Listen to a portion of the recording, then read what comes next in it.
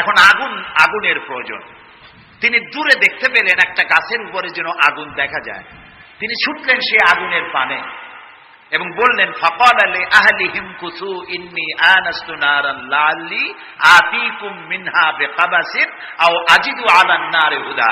তোমরা এখানে অপেক্ষা করো, আমি তো আগুনের মতো কি একটা দেখতেছি, আমি ওখানে যাই, হয়তো আগুন আনতে পারবো অথবা কোন একটা রাস্তা একটা কিছু পেয়ে যাবো। ফালাম্মা আতাহা নুদিয়া ইয়া মূসা ইন্নী আনা রাব্বুক ফাখলা নালাইক ইন্নাকা বিল ওয়াদিল মুকাদ্দাসি তুয়া। ও মূসা, যেটারে আগুন মনে করছো এটা আগুন না, এটা আমি তোমার রব। ফাখলা নালাইক, জুতা খোলো, ইন্নাকা বিল ওয়াদিল মুকাদ্দাসি তুয়া, এটা হলো পবিত্র উপত্যকা। আমি যখন সেই পবিত্র উপত্যকায় গেছি, এদিকে তুরে ছায়না, এদিকে আরেকটা পাহাড়, মাঝখানে দুই পাহাড়ের মাঝখানের সমতল ভূমিকে উপত্যকা বলা হয়। আমার এই আয়াত মনে পড়লো, সাথে সাথে জুতা খুলে ফেলে দিলাম। মূসা আলাইহিস সালামকে আল্লাহ বলেছেন, ফাখলা নালাইক, জুতা খোলো। আমি আমার সাথীরা জুতা খুলে এগিয়ে গেলাম। আজান দিয়ে সেখানে আমরা জোহরের নামাজ আদায় করলাম, জোহর আসর জামআন ওয়া কাসরান আদায় করে নিলাম। তারপরে চলে গেলাম সেই জায়গায় যেখানে আল্লাহ তাআলা কথা বলেছিলেন, সেই জায়গাটা এখনো আছে। সুবহানাল্লাহ। আল্লাহ তাআলা বলছেন, ওয়া নাখতারতুকা ফাসতামি' লিমা ইউহা। ও মূসা, আমি তোমাকে আমার জন্য বাছাই করছি। সুবহানাল্লাহ। আমি তোমাকে আমার জন্য বাছাই করেছি, এখন তুমি শোনো আমি কি বলি। ইন্নানি আনাল্লাহ, আমি আল্লাহ। সুবহানাল্লাহ, সুবহানাল্লাহ। আমি আল্লাহ, লা ইলাহা ইল্লা আনা, আমি ছাড়া কোনো ইলাহ নাই। ফাবুদনি ওয়া আকিমিস সালাতা লিযিকরি, অতএব আমার ইবাদত করো আর আমার শরণার্থে নামাজ কায়েম করো। সুবহানাল্লাহ। সুপ্রিয় দর্শক, আসসালামু আলাইকুম ওয়া রাহমাতুল্লাহ। আজকের আলোচনায় থাকবে এমন এক প্রেরণাময় ওয়াজ যা আমাদের হৃদয়কে নাড়া দেবে, মনকে করবে প্রশান্ত। আলোচনা করছেন প্রখ্যাত আলিমে দ্বীন, ইসলামিক চিন্তাবিদ আল্লামা দিলওয়ার হোসেন সাইদি রাহিমাহুল্লাহ। সাথে সবাই পড়েন, আল্লাহুম্মা সাল্লি আলা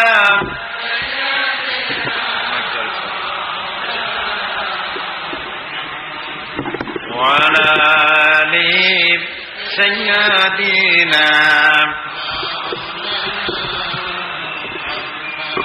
বালাগাল উলা বিকামালিহি كشف الدجى بجماله حسنت جميع خصاله صلوا عليه درفشانی نے تیری قطاروں کو دریا کر دیا، دل کو روشن کر دیا، آنکھوں کو بینا کر دیا۔ بلغ العلا بکمالہ کشف الدجى بجمالہ حسنت جمیع خصالہ صلوا علیہ۔ کھودنا تھے جراح پر غیروں کے ہادی بن گئے، کیا نظر تھی جس نے بندوں کو مسیحا کر دیا۔ بلغ العلا بکمالہ کشف الدجى بجمالہ حسنت جمیع خصالہ صلوا علیہ۔ জনাব সভাপতি, হাজারাত, উলামায়ে কেরাম, সম্মানিত উপস্থিত ভাইয়েরা, পর্দার আড়ালের মা এবং বোনেরা, আসসালামু আলাইকুম ওয়া রাহমাতুল্লাহি ওয়া বারাকাতুহু। আমরা আল্লাহ রাব্বুল ইজ্জত ওয়াল জালাল তার দরবারে লাখো কোটি শুকর আদায় করি যে আল্লাহ তাআলা খিলগাঁ ইসলামী পাঠাগার এবং সমাজ কল্যাণ পরিষদ কর্তৃক আয়োজিত 3 দিন ব্যাপী ঐতিহাসিক তাফসীরুল কোরআন মাহফিলের আজ 28তম বার্ষিকী উদযাপন উপলক্ষে আয়োজিত এই মাহফিলের প্রথম দিনে আমাদেরকে শরীক হওয়ার তৌফিক এনায়েত করলেন। সেই মনিবের দরবারে শুকরিয়া আদায় করি। আমরা সকলে পড়ছি আলহামদুলিল্লাহ। মহব্বতের সাথে আমরা সবাই পড়ি। আল্লাহ তাআলা দয়া করে আমাদেরকে কোরআনের মাহফিলে হাজির করেছেন। তিনি যদি আসতে না দিতেন আমরা কেউ আসতে পারতাম না। এটি মাবুদের দয়া। পূর্ণ 1 বছর পর আবারও আমরা এই পল্টনের ঐতিহাসিক পল্টন ময়দান, অনেক ইতিহাসের চড়াই উতরাইয়ের সাক্ষী এই পল্টন ময়দান। এই ময়দানে আমরা কোরআনে কারীমের আলোচনা করার সুযোগ পাই প্রতি বছর। এটি আল্লাহ তাআলার মেহেরবানি। প্রশংসা করছি আল্লাহ পাকের, যিনিও সুযোগ আমাদেরকে এনায়েত করেছেন। এবং আলোচনার শুরুতে আমি স্মরণ করছি ইসলামী পাঠাগার সমাজ কল্যাণ পরিষদের প্রতিষ্ঠাতা সভাপতি শহীদ আবুল কাসেমের কথা। আল্লাহ তাআলা তাকে জান্নাতুল ফেরদাউসের মেহমান বানিয়ে নিন এবং তার সমস্ত নেক আমলগুলি আল্লাহ তাআলা কবুল করে নিন। তার সাইয়াদগুলি আল্লাহ হাসানাত দিয়ে বদলায় দিন। প্রিয় ভাই সব, কোরআনে কারীমের মতো আজিম একখানা কিতাব পৃথিবীতে আর নাই। এটি সর্বশ্রেষ্ঠ এবং সর্বশেষ আল্লাহ পাকের তরফ থেকে বান্দাদের হেদায়েতের জন্য নাজিলকৃত কিতাব। এরকম আরেকখানি কিতাব পৃথিবীতে আর নাই, আর আসবেও না। এই কিতাবখানি আল্লাহ তাআলা নাজিল করেছেন আর বলে দিয়েছেন, ইন্না নাহনু নাযালনা যিকরা ওয়া ইন্না লাহু লাহাফিজুন। কোরআন নাজিল করেছি আমি, আর এর সংরক্ষণ করব আমি। সুবহানাল্লাহ। কোরআন সংরক্ষণ কে করবেন? যিনি নাজিল করেছেন তিনি সংরক্ষণ করবেন বলে ওয়াদা করেছেন। আমরা বলি সুবহানাল্লাহ।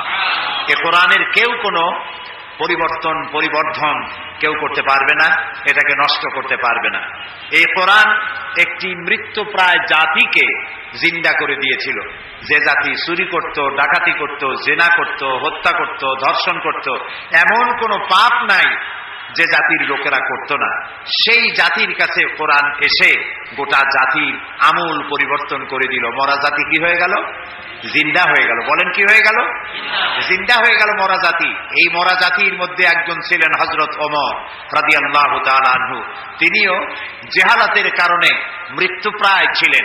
এই কোরআনের সংস্পর্শে যখন তিনি এলেন, তিনি ছিলেন জিরো। কোরআন তাকে বানালো কি? হিরো বানিয়ে দিল। এটাই কোরআন শরীফের মুজিজা।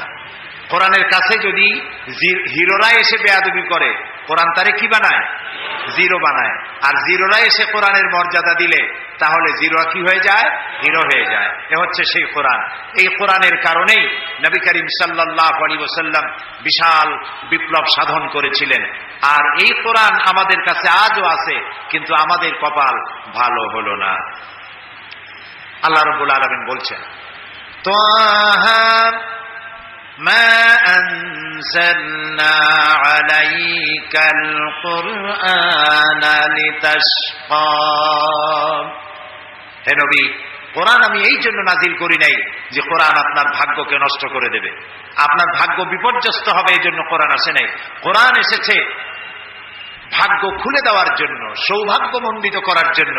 যাদের কাছে কোরআন থাকবে তারা পৃথিবীকে শাসন করবে, গোটা পৃথিবী কোরআন দিয়ে উপকৃত হবে। সুবহানাল্লাহ। এই সৃষ্টি কার? সবাই বলেন সৃষ্টি কার? আকাশ কার?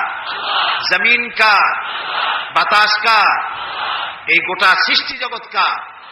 কুল কায়নাতের মালিক যিনি, তিনি কোরআন নাজিল করেছেন এই মানব গোষ্ঠীর উন্নতির জন্য, অগ্রগতির জন্য, এই পৃথিবীতে সুখ শান্তি নিয়ে বেঁচে থাকবে সেই জন্য। কোরআন নাজিল হতে থাকলো আর নবী করিম সাল্লাল্লাহু আলাইহি ওয়াসাল্লাম মুখস্থ করতে লাগলেন। সুবহানাল্লাহ। তখন কোনো প্রেস ছিল না, তখন রেডিও ছিল না, টেলিভিশন ছিল না, এগুলি ছড়িয়ে দেওয়ার মতো পথ ছিল না। সেই জন্য নবী করিম সাল্লাল্লাহু আলাইহি ওয়াসাল্লাম মুখস্থ করতেন এবং সাহাবায়ে কেরামদেরকে লিখতে বলতেন। তারা লিখতেন কাগজে।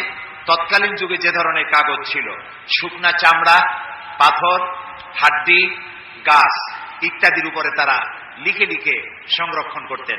নবী করিম সাল্লাল্লাহু আলাইহি ওয়াসাল্লাম খুব তাড়াহুড়ো করে তেলাওয়াত করতেন, যাতে করে কোন ক্রমেই একটি আয়াতও ভুল না হয়ে যায়। আল্লাহ রাব্বুল আলামিন তার নবীকে লক্ষ্য করলেন, কোরআনে কারীমকে মুখস্থ করার জন্য তার কষ্ট তিনি লক্ষ্য করলেন। রাসূলুল্লাহ জিহ্বা নাড়াচাড়া করতেছেন, সঞ্চালন করছেন দ্রুততার সাথে। আল্লাহ রাব্বুল আলামিন বললেন, লা তুহাররিক বিহি লিসানাকা লিতাজালা বিহি। ও নবী, কোরআনে কারীমকে মুখস্থ করার জন্য এত তাড়াহুড়ো করার কোনো প্রয়োজন নাই, আপনার জিহ্বাকে এত নাড়াচাড়া করার কোনো প্রয়োজন নাই। আপনি আপনার জিবরাইলের সাথে একবার মাত্র উচ্চারণ করে যাবেন, গোটা কোরআন শরীফ আপনাকে মুখস্থ করিয়ে দেওয়ার মালিক আমি আল্লাহ। আমি আপনাকে মুখস্থ করাই দেব। আপনি তো পড়তে পারেন না, আমি আপনাকে পড়ার তৌফিক দেব। আপনি মুখস্থ করতে পারবেন, পড়তে পারবেন, পড়ে পড়ে মানুষকে বুঝাইতে পারবেন, সে তৌফিকও আমি আপনাকে দান করব। সুবহানাল্লাহ। প্রিয় ভাই সব, নবী করিম সাল্লাল্লাহু আলাইহি ওয়াসাল্লাম যখন কোরআনে কারীমকে এভাবে তেলাওয়াত করতেন, কাফেরেরা মনে করত যে মুহাম্মদ সাল্লাল্লাহু আলাইহি ওয়াসাল্লাম না জানি তিনি পাগল হয়ে গেছেন। তাকে পাগল বলতো লোকেরা, বলেন নাউযুবিল্লাহ। রাসূলুল্লাহকে পাগল বলা হলে আল্লাহর অস্তিত্বের উপরে আঘাত লাগে। আল্লাহ রাসূল জবাব দেন নাই। তাকে যখন পাগল বলা হলো, আল্লাহ রাব্বুল আলামিন নিজেই জবাব দিয়ে দিলেন।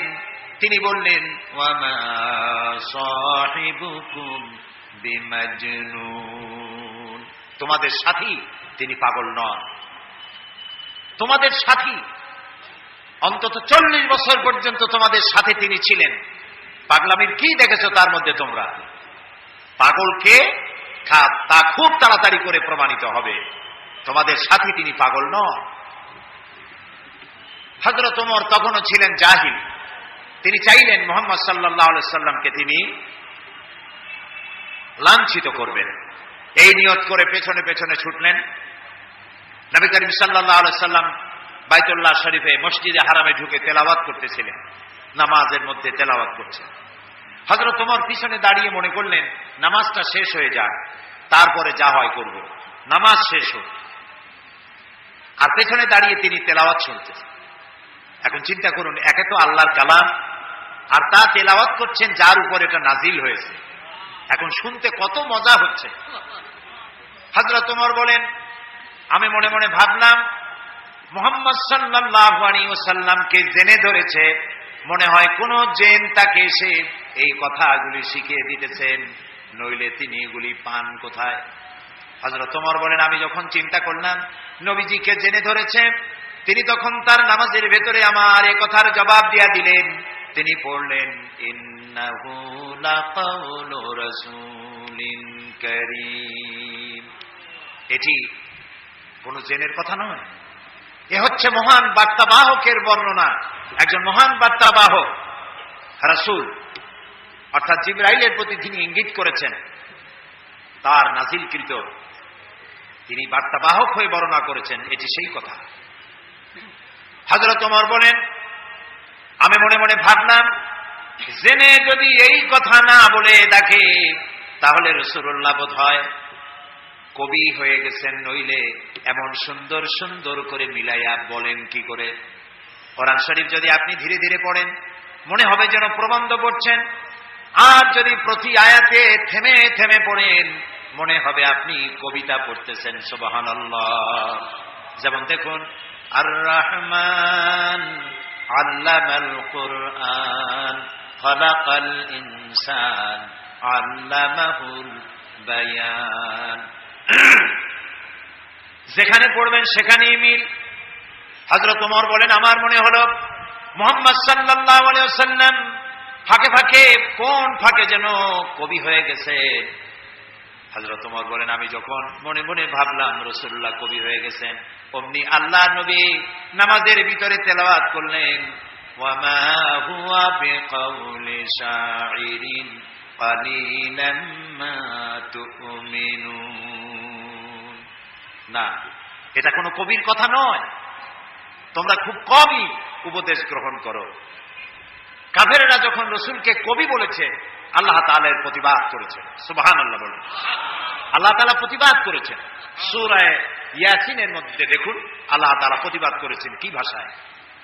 রাসূলকে যখন কবি বলা হলো, আল্লাহ রাব্বুল আলামিন প্রতিবাদ করলেন, ওয়ামা আল্লামনাহু আশ-শি'রা ওয়ামা ইয়ানবাগী লাহু, আমি আমার নবীকে কবিতা শিখাই নাই, আর কবিত্ব আমার নবীর জন্য শোভনীয় নয়।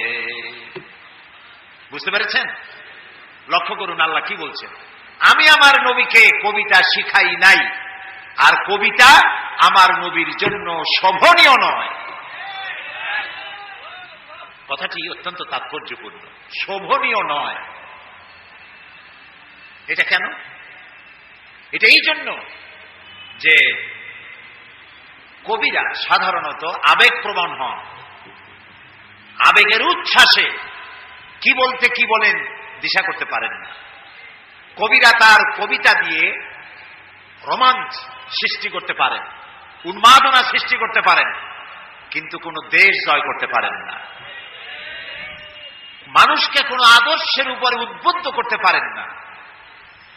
কবিরা কবিতার মধ্য দিয়ে রোমান্টিক কবিতা লেখা এবং মানুষকে ভালোবাসা, প্রেম ইত্যাদি শিক্ষা দেওয়া এগুলি পারেন। কবিরা ভাবের আবেগে লাগামহীন ঘোড়ার পৃষ্ঠে সওয়ার হয়ে তেপান্তরের মাঠ দিয়ে নিরুদ্দেশ্যের উদ্দেশ্যে যাত্রা করতে পারেন, কোনো লক্ষ্য থাকে না। দেখুন আমি প্রমাণ করব, আমি কবিদেরকে হেয় করতেছি না। কবিত্ব একটি বিরাট প্রতিভা। পাগল ছাগলেরা কবি হইতে পারে না, একটু বুদ্ধিশুদ্ধি থাকা লাগে। অর্থাৎ কবিতার জন্য একটি প্রতিভা প্রয়োজন। এই প্রতিভা দেওয়ার মালিককে বলেন সবাই আল্লাহ তাআলা। সাহিত্য, সাহিত্যিক হওয়া, কবি হওয়া, সাংবাদিক হওয়া, গায়ক হওয়া, যে কোনো ডিপার্টমেন্টে যে দিকে যান না কেন, প্রতিভা আল্লাহর দেওয়া এক অবদান। এই প্রতিভা কেউ ভালো কাজে লাগায়, এই প্রতিভা আবার কেউ খারাপ কাজে লাগায়। কণ্ঠস্বর কার দেওয়া বলেন সবাই? কেউ এটা গান গাওয়ার জন্য কাজে লাগায়, আবার কেউ এটা আল্লাহর কালাম তেলাওয়াতের মধ্য দিয়ে চালায়। সুবহানাল্লাহ। তো কবিতা রচনা করা, কবিতা লেখা এটি একটি প্রতিভা নিঃসন্দেহে। কিন্তু ওই যে আবেগ, আবেগ আবেগের বশবর্তী হয়ে কবিরা এমন সব কথা বলেন বাস্তবতার সাথে যার কোনো মিল থাকে না। আমি আলোচনা করতে গিয়ে মাঝে মধ্যে একথা বলি, জাতীয় কবি কাজী নজরুল ইসলাম আমাদের জাতীয় কবি। যে সময় আমাদের পক্ষে, মুসলমানদের পক্ষে কলম ধরার লোক ছিল না, তখন তিনি আমাদের মুখ রক্ষা করেছেন। কথা বলছেন না? তিনি রসুলের শানে যেসব কবিতা লিখেছেন, আল্লাহর শানে যেসব গান লিখেছেন, আল্লাহ যদি ইচ্ছে করেন এই কারণেই আল্লাহ তাআলা তাকে জান্নাত দিয়ে দিতে পারেন। কি সুন্দর গান তিনি রচনা করেছেন, আল্লাহ তার দোয়াও কবুল করেছেন। তিনি প্রার্থনার একটি গান বানিয়েছিলেন নিজের জন্য, মসজিদেরই পাশে আমার কবর দিও ভাই, যেন সকাল সন্ধে মুয়াজ্জিনের আজান শুনতে। তার এই আকাঙ্ক্ষা, এই আকুতি, এটা কি কবুল হয়েছে? এরকম আসতে বলেন কেন? আপনারা ঢাকার মানুষ, চোখে তো দেখতেছেন, কবুল হয়েছে কিনা? কবুল হয়েছে। এবং মসজিদের পাশেই কবর হয়েছে। মসজিদের আজান শোনার জন্য তিনি কবর চেয়েছেন মসজিদের পাশে। আবার এমন কবিরও জন্ম হয়েছে বাংলাদেশের, দুর্ভাগ্যক্রমে দেশে, যে লোক আজানের মধ্যে বেশ্যার আওয়াজ শোনে। এমন কপাল পোড়া কবির জন্ম এখানে হয়েছে, ঠিক না? এখন কাজী নজরুল ইসলাম বিশাল প্রতিভা, বিশাল প্রতিভা। আর প্রতিভা যার হয় ছোটবেলা থেকেই বোঝা যায়। তিনি একবার স্কুলে যাচ্ছিলেন, বাসে ঝুলিয়া, নাম ছিল দুখু মিয়া।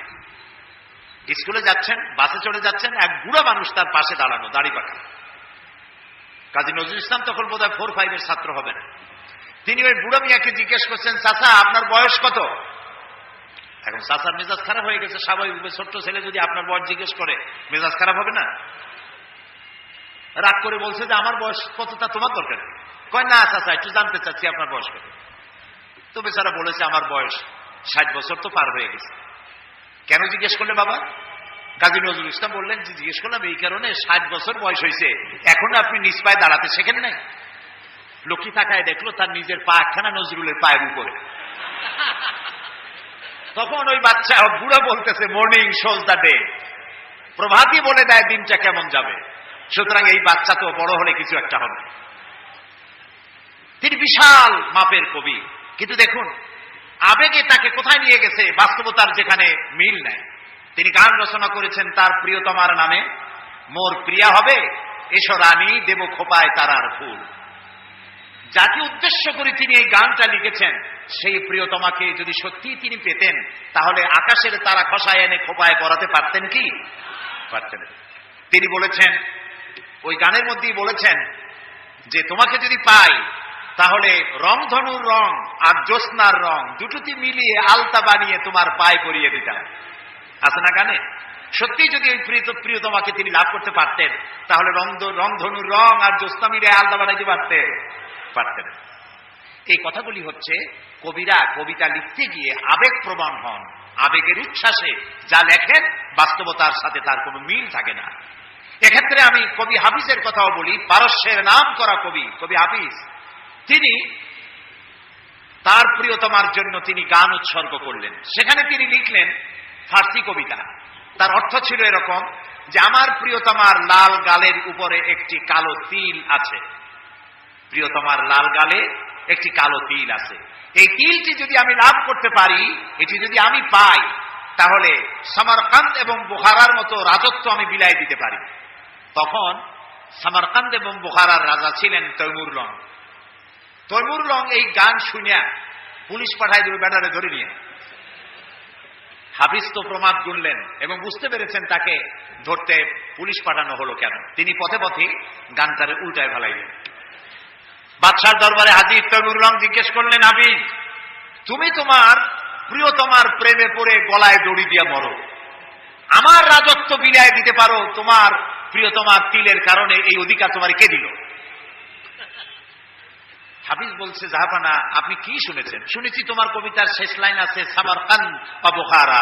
কয় না জাহাপানা আপনি ভুল শুনেছেন, আমার দ্বিতীয় লাইনটা ছিল সেমানকান্দ বা খোরমারা। এর অর্থ হচ্ছে আমার প্রিয়তমার লাল গালের কালো তিলটি যদি আমি লাভ করতে পারি তাহলে 1 মণ চিনি আর 3 মণ খোরমা বিলাই দিতে পারি।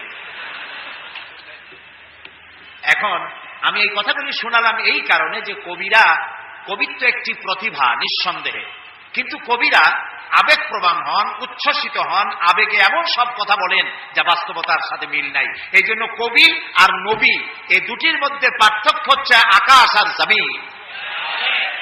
নবীরা আবেগ প্রবণ হতে পারেন না, আবেগের উচ্ছ্বাসে এমন কথা তারা বলতে পারেন না যার সাথে বাস্তবতার কোনো মিল নাই, এমন কথা নবীরা বলতে পারে না। সেই জন্য আল্লাহ তাআলা পরিষ্কার করে বলেছেন, ওমা আল্লামনাহু শায়রা ওমা ইয়ামবাগি লাহু, আমার নবীকে আমি কবিতা শিখাই নাই, আর কবিত্ব আমার নবীর জন্য শোভনীয় নয়। সুবহানাল্লাহ, সুবহানাল্লাহ। এবার চলুন হযরত ওমর রাদিয়াল্লাহু তাআলা আনহু কি করতেছেন পিছনে বসে। হযরত ওমর রাদিয়াল্লাহু তাআলা আনহু তিনি মনে করলেন নবীজি কবি হয়ে গেছেন। আল্লাহর নবী নামাজের ভিতরে শোনায় দিলেন, ওয়ামা হুয়া বিকাউলি শাইরিন কালিলাম মা তুমিনুন। না, এটা কবির কথা নয়। হযরত ওমর ভাবলেন, আচ্ছা কবির কথা না, এটা উনি বুঝলেন কি করে? আমি মনে মনে চিন্তা করছি এটা কবির কথা, উনি এটাকে প্রতিবাদ করলেন আমার প্রশ্ন না শুনে। তাহলে তো মনের কথা যখন বোঝেন তখন তো শুধু কবি না, গণকও হয়ে গেছে। হযরত ওমর বলেন, আমি যখন মনে মনে ভাবলাম মুহাম্মদ সাল্লাল্লাহু আলাইহি ওয়াসাল্লাম তিনি গণক হয়ে গেছেন, অমনি নবীজি সে কথারও জবাব দিলেন। নামাজের ভেতরে তিনি পড়লেন, ওয়ালা বিকাউলি কাহিনিন কালিলাম মা তাযাক্কারুন। না, এটা কোনো গণকের কথা নয়, তোমরা খুব কমই উপদেশ গ্রহণ করে থাকো। হযরত ওমর বলছেন, এবার আমার মনে হচ্ছে যেন আমার পায়ের তলা থেকে মাটি খসে যাচ্ছে। কি আশ্চর্য কথা! মনে মনে যা চিন্তা করি তার জবাব উনি দেন। এটা জেনের কথা না, এটা কবির কথা না, এটা গণকের কথা না, তবে এটা কি তোমার বলেন? আমি যখন মনে মনে ভাবলাম তবে এটা কি, অমনি রাসূলুল্লাহ নামাজের ভেতরে আমার সে কথারও জবাব দিলেন। তিনি পড়লেন তানজিলাম মির রাব্বিল আলামিন। এটি আল্লাহ পাকের নাযিলকৃত কিতাব, এটি কুরআন। হযরত ওমর তিনি বলছিলেন, আমার মনে হচ্ছে না যে ইসলাম ঈমান তার শেকড় শুদ্ধ আমার কলিজার মধ্যে গেড়ে বসতেছে, কিন্তু তখনও তার কিসমতে ঈমান হয় নাই, ঈমান আনতে পারেন নাই। পরবর্তী সময় তো ঈমান এনেছিলেন। প্রিয় ভাই সব, আল্লাহ তাআলার কাছে আমার খুব আশা ছিল। দুনিয়ার 4টি মহাদেশের প্রায় অর্ধশত দেশ ভ্রমণ করেছি, কিন্তু মিশর আমার দেখা হয়নি। মুসা আলাইহিস সালামের দেশ, ফেরাউনের দেশ, ইউসুফ আলাইহিস সালামের দেশ, সালেহ আলাইহিস সালামের দেশ, ইব্রাহিম আলাইহিস সালামের শ্বশুর বাড়ি। তা আল্লাহ তাআলা সেই জায়গা দেখার তৌফিক দিলেন। গেলাম সেই জায়গায়, কায়রো থেকে প্রায় 600 কিলোমিটার দূরে তুরে সায়না, যেখানে আল্লাহ মুসা আলাইহিস সালামের সাথে কথা বলেছিলেন। আমার জীবন ধন্য। আল্লাহ তাআলা সেই জায়গাটাও দেখালেন যেখানে আল্লাহ মুসা আলাইহিস সালামের সঙ্গে কথা বলেছেন। তো আল্লাহ তাআলা সরাসরি কথা বলেন, কিন্তু দেখা যায় না তাকে। এই কোরআন শরীফে আল্লাহ তাআলা কি সুন্দর করে বলেছেন, সূরা তাহার মধ্যে এসেছে, মুসা আলাইহিস সালাম তিনি যাচ্ছিলেন তার স্ত্রী পরিজন নিয়ে। স্ত্রী ছিলেন গর্ভবতী, আসন্ন প্রসবা, ডেলিভারি হবে, প্রচন্ড ঠান্ডা ছিল, এখন আগুনের প্রয়োজন। তিনি দূরে দেখতে পেলেন একটা গাছের উপরে যেন আগুন দেখা যায়। তিনি ছুটলেন সেই আগুনের পানে এবং বললেন, ফাকালা লি আহলিহিম কুসু ইন্নী আনাস্তু নারান লাআল্লি আতীকুম মিনহা বিকাবাসিন আও আজিদু আলান নারি হুদা। তোমরা এখানে অপেক্ষা করো, আমি তো আগুনের মতো কি একটা দেখতেছি, আমি ওখানে যাই, হয়তো আগুন আনতে পারবো, অথবা কোনো একটা রাস্তা একটা কিছু পেয়ে যাবো।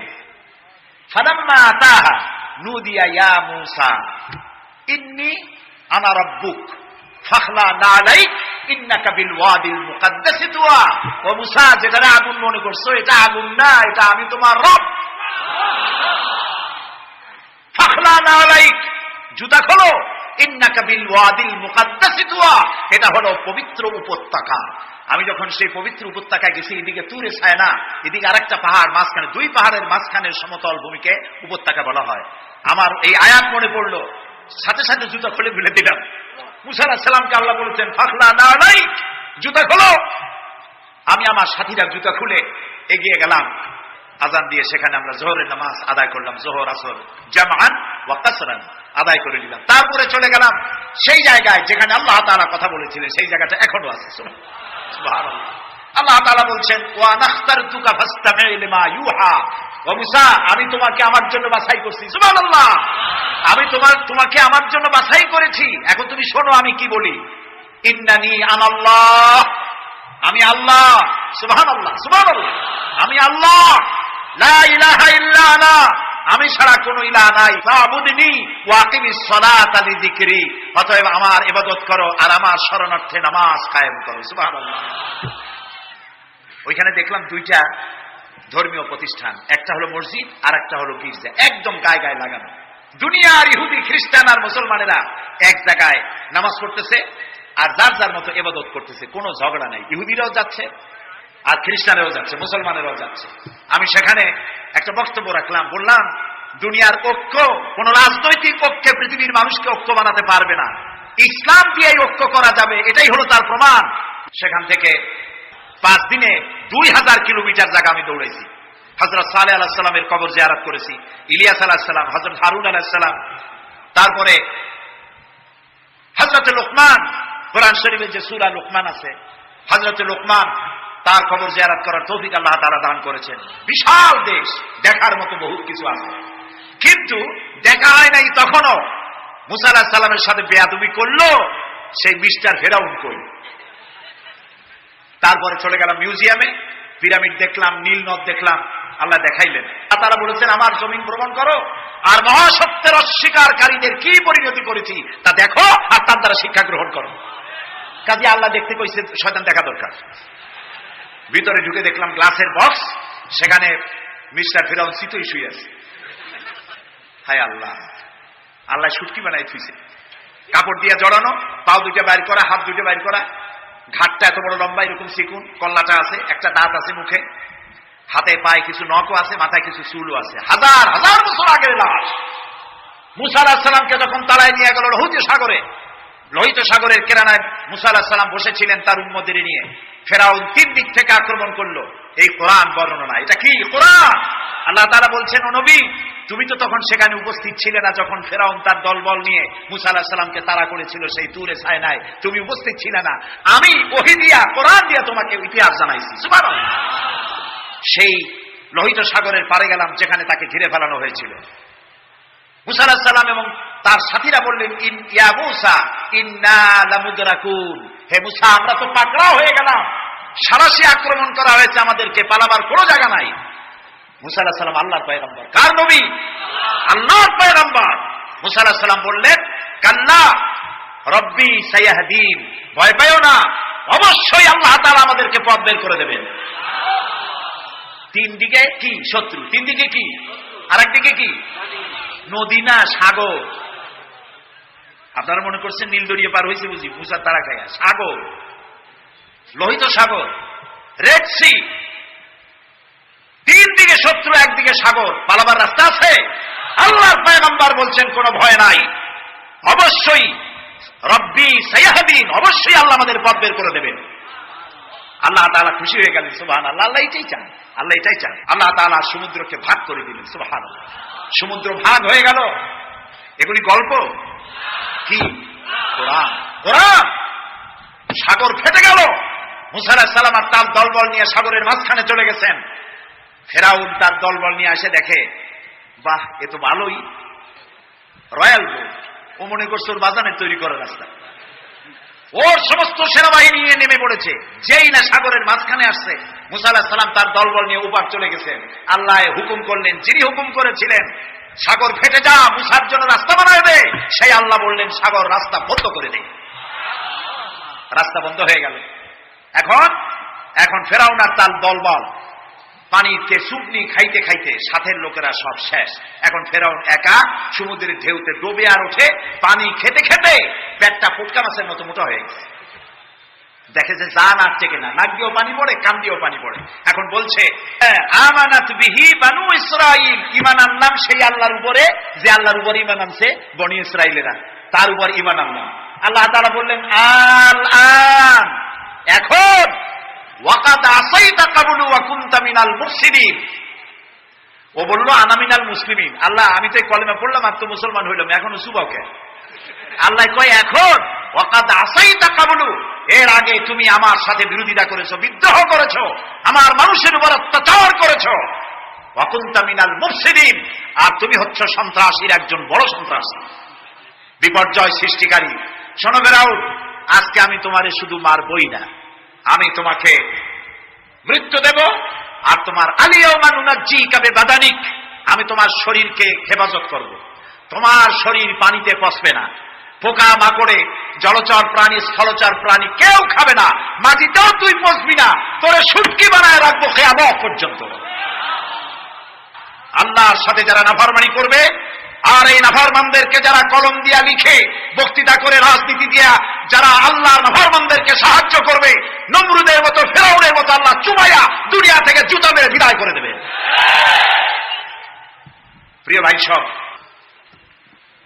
কোরআন নাজিল হচ্ছে, নবীজি মুখস্থ করতেছেন। মুখস্থ করতে গিয়ে তাড়াহুড়ো করতেছেন, জিহ্বা সঞ্চালন বেশি করতেছেন, যাতে করে একটি আয়াত বাদ না পড়ে যায়, একটি জের জবর বাদ না পড়ে যায়। আল্লাহ রাব্বুল আলামিন নবীজির এই কষ্ট দেখে আল্লাহ তাআলা বললেন, লা তুহাররিক বিহি লিসানাকা লিতাজালা বিহি।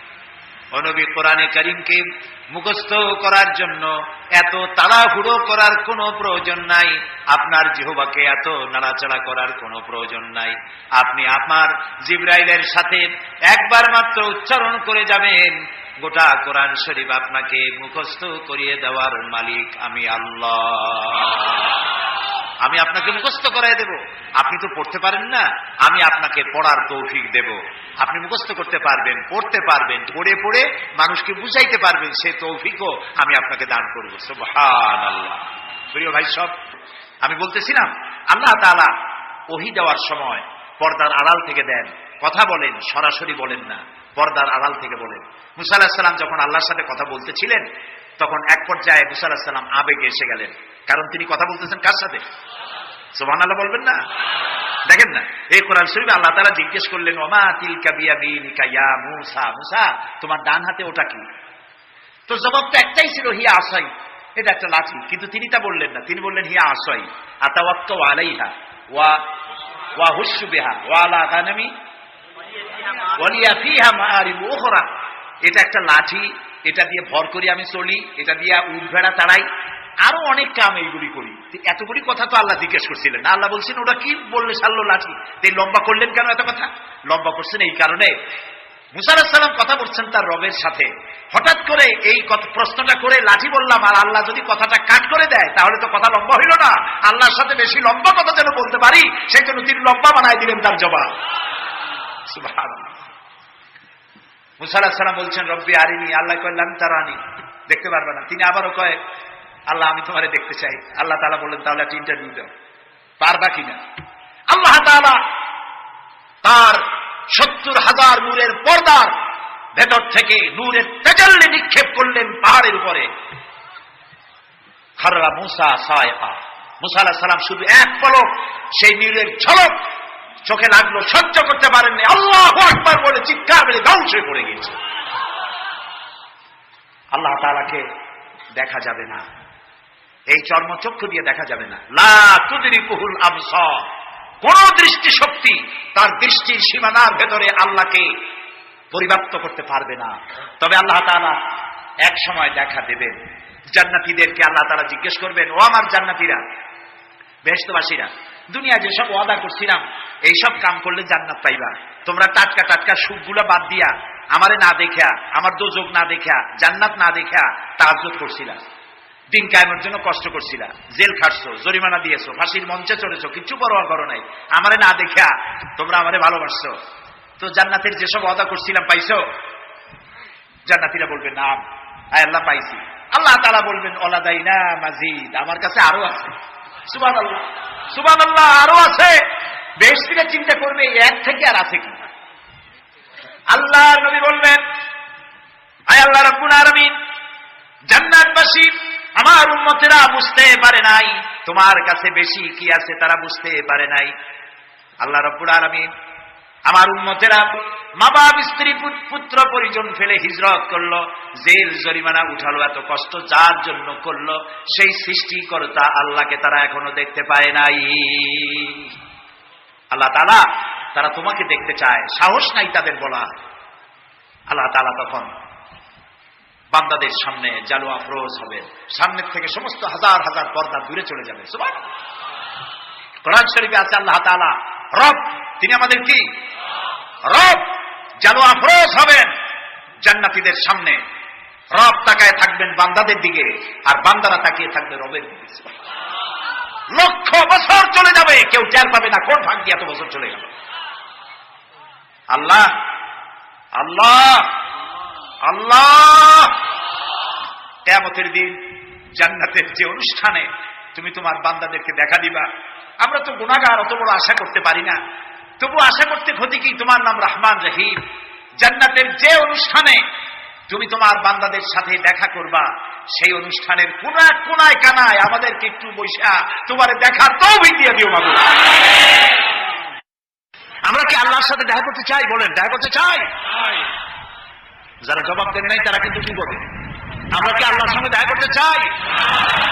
যদি আমরা আল্লাহর সঙ্গে দেখা করতে চাই, আল্লাহ রাব্বুল আলামিন বলেন, ফামান কানা ইয়ারজু লিকা রাব্বিহি ফালইআমাল আমালান সালিহান ওয়ালা ইউশরিক বিইবাদাতি রাব্বিহি আহাদা। ফামান কানা ইয়ারজু লিকা রাব্বিহি, তোমাদের মধ্যে যে কেউ আল্লাহর সঙ্গে, রবের সঙ্গে যদি কেউ দেখা করতে চায়, দুইটা কাজ করতে হবে। কয়টা কাজ? ফালইয়ামাল আমালান সালিহা, সেজন্য ভালো কাজ করে, উত্তম কাজ করে, ভালো কাজ। ভালো কাজ কারে কয়? ভালো কাজ করার জন্য দুইটা শর্ত। ভালো কাজ করার জন্য কয়টা শর্ত? আমলে সালেহ, নেক কাজের জন্য দুইটা শর্ত মুখস্থ করুন। এক নম্বর শর্ত হচ্ছে কাজটি হতে হবে আল্লাহকে খুশি করার জন্য। দুই নম্বরে কাজটি হতে হবে সুন্নতে নববী সাল্লাল্লাহু আলাইহি ওয়াসাল্লামের উপরে। দাড়ি রাখবো কারে খুশি করার জন্য? আল্লাহর খুশি করার জন্য। রাখবো কার মতো? রবীন্দ্রনাথের মতো, কার্ল মার্কসের মতো, ম্যাক্সিম গোর্কির মতো? কার মতো? রাসূলুল্লাহ। বাস, আর দৃষ্টান্ত দিতে চাই না। আশা করি বুঝে আসছে কিনা? তাহলে আল্লাহ তাআলা বলছেন যে যদি তোমরা তোমার রবের সাথে দেখা করতে চাও কয়টা কাজ করতে হবে? দুইটা। একটা কাজ হলো ভালো কাজ করো, নেক আমল করো। আর দুই নম্বরে হচ্ছে ওয়ালা ইউশরিক বিইবাদাতি রাব্বিহি আহাদা, আল্লাহর ইবাদতের সাথে কাউকে শরীক স্থাপন করো না। তাহলে আল্লাহ তাআলার সঙ্গে দেখা করা কিয়ামতে যাবে। প্রিয় ভাই সব, আমি আজকে খুব ক্লান্ত, বাকি কথাগুলি আগামীকাল বলবো ইনশাআল্লাহ। মোনাজাতের পরে আযান হবে, বা জামাত এশার নামাজ পড়ে যাবেন। আল্লাহুম্মা আমিন। রব্বানা যালামনা আনফুসানা ওয়া ইন লাম তাগফির লানা ওয়া তারহামনা লানাকুনান্না মিনাল খাসিরিন। হায় আল্লাহ তাআলা, হাজার হাজার মুসলমান নরনারী পল্টনের ময়দানে কোরআনে কারীমের কথা শুনে তোমার দরবারে হাত তুলেছি। মেহেরবানি করে জিন্দেগীর সমস্ত গুনাহ খাতা আমাদের মাফ করে দাও রব্বুল আলামিন। আমাদের মধ্য থেকে আমাদের মা বাপ যাদের দুনিয়া থেকে বিদায় হয়ে গেছে, কবরগুলিকে জান্নাতের টুকরায় পরিণত করে দাও। রব্বির হামহুমা কামা রব্বায়ানি সগীরা। সবাই পড়েন রব্বির হামহুমা কামা রব্বায়ানি সগীরা। আয় আল্লাহ তাআলা, তাম পৃথিবীতে মুসলমানেরা বড়ই বিপদে আছে। আল্লাহ তুমি দয়া করে বিপদগ্রস্ত মুসলমানদেরকে সাহায্য করো রব্বুল আলামিন। আয় আল্লাহ তাআলা, আমাদের প্রিয় জন্মভূমি বাংলাদেশের উপরে রহমত নাজিল করো। এই কোরআনে কারীমের মাহফিলকে আগামী আরো 2 দিন চলবে। আল্লাহ তুমি দয়া করে তোমার আপন কুদরতে মাহফিল পরিচালিত করে দিও। আল্লাহ তাআলা, তোমার বান্দারা তাদের বন্ধু বান্ধব নিয়ে প্রতিদিন হাজির হতে পারে, কোরআন শুনতে পারে, আমল করতে পারে, তৌফিক দান করে দিও। আয় আল্লাহ তাআলা, কোরআন শরীফের মাহফিলে যারা আসেন এদের কাউকেই পথ খরচা দিয়ে আনা হয় না, খাইতেও দেওয়া হয় না, তোমার কোরআন শুনতে আসে। আল্লাহ, এই কোরআন পাগল মুসলমানদেরকে কোরআন বোঝার তৌফিক দান করে দাও, কোরআন আমল করার তৌফিক দান করে দাও। আল্লাহ তাআলা, ইসলামী পাঠাগার 28টি বছর ধরে কোরআনের এই খেদমত করছে তোমার দয়ায়। আল্লাহ তাআলা, তোমার বান্দাদের বসার জন্য বিশাল আয়োজন তারা করে। আল্লাহ তাআলা, তারা যেন ঋণগ্রস্ত হয়ে না থাকে, প্রতিদিন তোমার বান্দাদেরকে এদেরকে সাহায্য করার তৌফিক মন তুমি তৈরি করে দিও। আল্লাহ তাআলা, ইসলামী পাঠাগার ডেকোরেটরদের কাছে, মাইকের কাছে, লাইটের কাছে, প্রচার বিভাগের কাছে কোন রকম ঋণগ্রস্ত না থাকে, তোমার বান্দা বান্দিরা প্রয়োজন মাফিক পয়সা করি দিতে পারে তৌফিক সকলকে দান করে দিও। আল্লাহ তাআলা, এই মাহফিল উপলক্ষে শত শত বুক স্টল এখানে এসেছে, যারা ইসলামের বই বিক্রি করে, কোরআন হাদিস ইসলামের বই, যেগুলি পড়লে পরে ইমান তাজা হয়। নোবেল, নাটক, উপন্যাস পড়লে পরে আর যাই হোক ইমান তৈরি হয় না, চরিত্র তৈরি হয় না। আল্লাহ তাআলা ইমান এবং চরিত্র তৈরি করার জন্য, জাহান্নাম থেকে বাঁচার জন্য, জান্নাতে যাওয়ার জন্য এইসব বইপত্র খরিদ করার তৌফিকও এই শ্রোতা বর্গকে আল্লাহ তুমি দয়া করে দান করে দিও রব্বুল আলামিন। আমাদের যার যে অসুখ বিসুখ আছে আল্লাহ তুমি মাফ করে দিও। আমাদের উপরে তোমার খাস রহমত আল্লাহ আমরা কামনা করছি। আল্লাহ তাআলা, হসপিটালে আমাদের অনেক রোগী আছে, তুমি জানো। আল্লাহ তাআলা, তুমি দয়া করে হসপিটালে যারা রোগী আছে রোগীদেরকে শেফায়ে আজেলা, শেফায়ে কামেলা দান করে দিও। ربنا تقبل منا إنك أنت السميع العليم وتب علينا إنك أنت التواب الرحيم سبحان ربك رب العزة عما يصفون وسلام على المرسلين والحمد لله رب العالمين واجعل آخر كلامنا عند الموت لا إله إلا الله محمد رسول আসসালামু আলাইকুম ওয়া রাহমাতুল্লাহ। তাফসীরুল কুরআন মাহফিল, তাফসীরুল কুরআন মাহফিল, পল্টনে আল্লামা সাঈদীর, পল্টনে আল্লামা সাঈদীর তাফসীরুল কুরআন মাহফিল, তাফসীরুল কুরআন মাহফিল, তাফসীরুল কুরআন মাহফিল। পল্টনে আল্লামা সাঈদীর, পল্টনে আল্লামা সাঈদীর তাফসীরুল কুরআন মাহফিল, তাফসীরুল কুরআন মাহফিল, তাফসীরুল কুরআন মাহফিল। পল্টনে আল্লামা সাঈদীর, পল্টনে আল্লামা সাঈদীর তাফসীরুল কুরআন মাহফিল, তাফসীরুল কুরআন মাহফিল, তাফসীরুল কুরআন মাহফিল। পল্টনে আল্লামা সাঈদীর, পল্টনে আল্লামা সাঈদীর তাফসীরুল কুরআন মাহফিল, তাফসীরুল কুরআন মাহফিল, তাফসীরুল কুরআন মাহফিল। সম্মানিত দর্শক, আমরা অনেক সময় ইসলামকে নিজের মতো করে বুঝি, কিন্তু ইসলামকে বোঝা যায় কেবল কোরআন ও বিশ্বনবী সাল্লাল্লাহু আলাইহি সাল্লামের আলোয়। যে জাতি একদিন পৃথিবীতে নেতৃত্ব দিত, আজ সেই জাতি পরাধীন। কারণ আমরা ইসলামকে জীবন থেকে দূরে সরিয়ে দিয়েছি। আমরা নাম রেখেছি মুসলমান, কিন্তু আচরণ, চিন্তা আর ব্যবহারে ইসলামকে ভুলে গেছি। মনে রেখো, যে জাতি ইসলামকে বুঝে আল্লাহ তাআলা সেই জাতিকে সম্মান করে, আর যে জাতি ইসলামকে উপেক্ষা করে আল্লাহ তাআলা তার থেকে সম্মান কেড়ে নেয়। চলো আজ থেকেই শুরু হোক জীবনের এক নতুন যাত্রা, কোরআনের দিকে, হাদিসের দিকে, সত্যিকারের ইসলামের দিকে। এই ওয়াজটি যদি তোমার ভালো লেগে থাকে তবে ভিডিওটি শেয়ার করো, আর এমন আরও ভিডিও পেতে আমাদের চ্যানেল জান্নাতের পথ সাবস্ক্রাইব করে রাখো। আসসালামু আলাইকুম ওয়া রাহমাতুল্লাহ।